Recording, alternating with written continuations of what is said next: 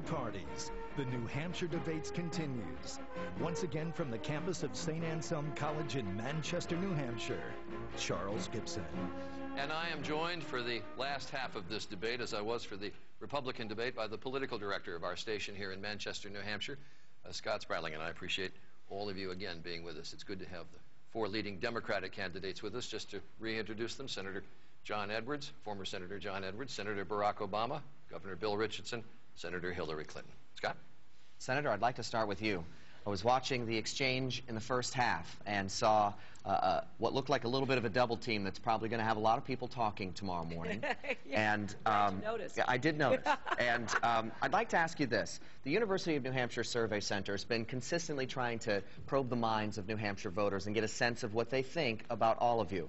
I'd be happy to report that the experience versus change debate seems to be sinking in. And what I'd like to get is to this. New Hampshire voters seem to believe that of those of you on this stage, you are the most experienced and the most electable. In terms of change, they see Senators Obama and Edwards as the agents of change in New Hampshire mindset. My question to you is simply this. What can you say to the voters of New Hampshire on this stage tonight who see your resume and like it, but are hesitating on the likability issue, where they seem to like Barack Obama more? Well, that hurts my feelings. I'm sorry, Senator. I'm sorry. But I'll try to go on. He's very likable. I agree with that. I don't think I'm that bad. You're likable enough. Thank Hillary, you so no much. doubt. I appreciate that. You know, I think this is one of the most serious decisions that the voters of New Hampshire have ever had to make. And I really believe that the most important question is who is ready to be president on day one. You know, the problems waiting, some of which we have talked about already, are huge, and the stakes could not be higher. And, you know, in 2000, we unfortunately ended up with a president who people said they wanted to have a beer with, who said he wanted to be a uniter, not a divider, who said that he had his intuition and he was going to, you know, really come into the White House and transform the country. And, you know, at least I think there are the majority of Americans who think that was not the right choice. So I am offering 35 years of experience making change and the results to show for it. I, you know, respect and like both Senator Edwards and Senator Obama. But I think if you want to know what change each of us will bring about, look at what we've done. And there are a lot of differences that I think need to be aired for the voters of New Hampshire, because I stand on my record of experience, and I appreciate Governor Richardson's long history of serving our country. But I think I am an agent of change.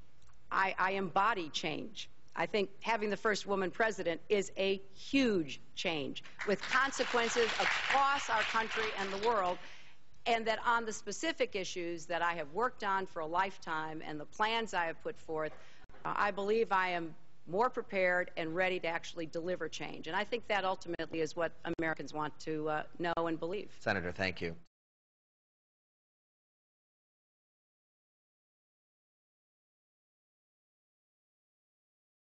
What's the best part about this job? The very best part is being part of doing what my husband's trying to do to help the country and change it. I find that... You really feel that? Oh, in my entire being, I feel that. You know, I spent a lot of time working on issues that I cared about, whether it was public education or children's health or children's welfare.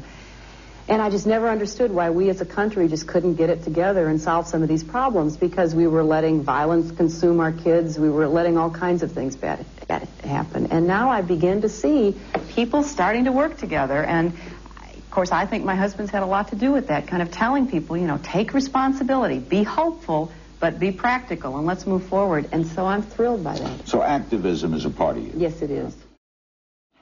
When you assumed this job and took over, we talked about activism before, Did you say to your husband, give me an area of responsibility? Did you know it would be health care? Why you and health? Well, that's a good question, Because you're Larry. healthy. Yeah, well, thank goodness I am. But why health? I think because it's an issue that my husband cares a great deal about. And when he was governor, he cared a great deal about education. And he asked me to work on education, and we worked together. And then coming into the presidency, he knows if we don't solve our health care problems, we're not going to be able to deal with a lot of our other problems in the country. And I think he decided that he would ask me to work on this the way he'd asked me to work on education. Now, after it happened, about a day or two later, Governor Cuomo was here, and I love him. And he came up to me and he said, "What'd you do, have a fight with your husband?" And I said, I feel like that may be the way some people look at it, because it's a huge responsibility. But it was a real, it was a real honor for me to be asked to work on this, and I've really enjoyed it. Did you know it would become as hard as it was? I didn't really know what I was getting into when my husband asked me to do it. I knew it was important, and I knew that it was something he cared deeply about, but the amount of time I've spent on it has, really been quite extensive. You could have fronted it, though, couldn't you? I mean, you could have had all these commissions out and check with you once a week. You didn't have to go to Minneapolis. You didn't have to do that, right? Well, you could have fronted it. You could have been chairman pro tem. Well, that wouldn't have worked for me, because if we're going to make recommendations about health care, I want to know what I'm talking about, and I want to be sure that it's the right thing for my family. I want to be able to answer my mother's questions when she calls me on the telephone and says, "I've heard this, what does this mean?" So that's why I felt very strongly that if I were going to do this, I had to really get into it 100% of the way. How about taking the spotlight, though? There's a CNN poll, I think may have been out today, that has you more popular than your husband, this has been a heck of a week for you. Oh. How do you deal with that? Well, of course, I'm grateful if people think that what I'm trying to do is the right thing and helpful. Now, the poll didn't even say more popular. The poll thought you were smarter than your husband. Well, every woman would dream of that. You've worked this issue a long time. Senator Dole has told us that you're a familiar figure on the Hill, and you work with Republicans well. Yes, I sure do. Is this a concept you did in Arkansas, too? Well, we didn't have many Republicans in Arkansas. But did you ever testify before a House or Senate committee? I did, and I spoke once to the whole House on education. But, I was raised in a Republican family. My father was a very strong Republican, except he thought my husband was a great American. But I'm very used to working with people from different points of view, because I think that makes for better policy, to really listen to each other and not shut each other off. Do you think now, though, that what you've succeeded in doing is framing the issue so that Americans now regard health as a right? I hope so. I hope we have framed it so that every American knows that the way they should judge what we do is whether at the end of it, they and their families never have to worry about health care coverage again. They will be secure, and they will have a set of benefits they can count on no matter who they are or where they work. I hope that's the way it's been framed. Nowhere is it printed that it's a right? Mm-hmm. It's not a God-given right as we have to free speech, assembly, health. And do you think, though, seriously, as you look at yourself, you framed this? I think it is. It underlies life, liberty, and the pursuit of happiness. It underlies a modern, complex society that is spending too much money for the health care that we have and not even taking care of everybody.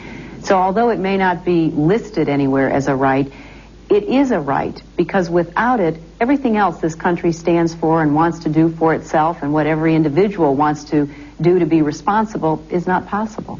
Now, you're a pretty good student. You got pretty good grades. You read your history pretty good.